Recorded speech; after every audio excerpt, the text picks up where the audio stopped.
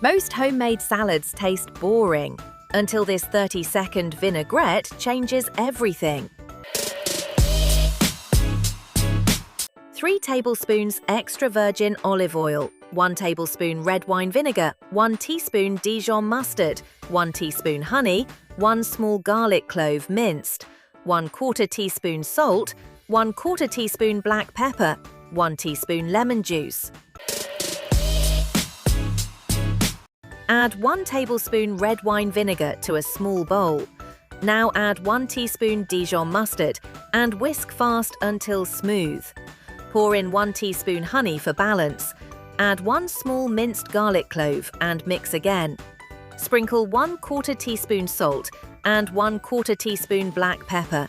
Now slowly drizzle in 3 tablespoons olive oil while whisking continuously. This is the secret that makes the dressing creamy instead of oily. Add 1 teaspoon lemon juice for a fresh punch. Whisk for 20 seconds until glossy and perfectly blended. Comment salad if you'd actually eat vegetables with this dressing.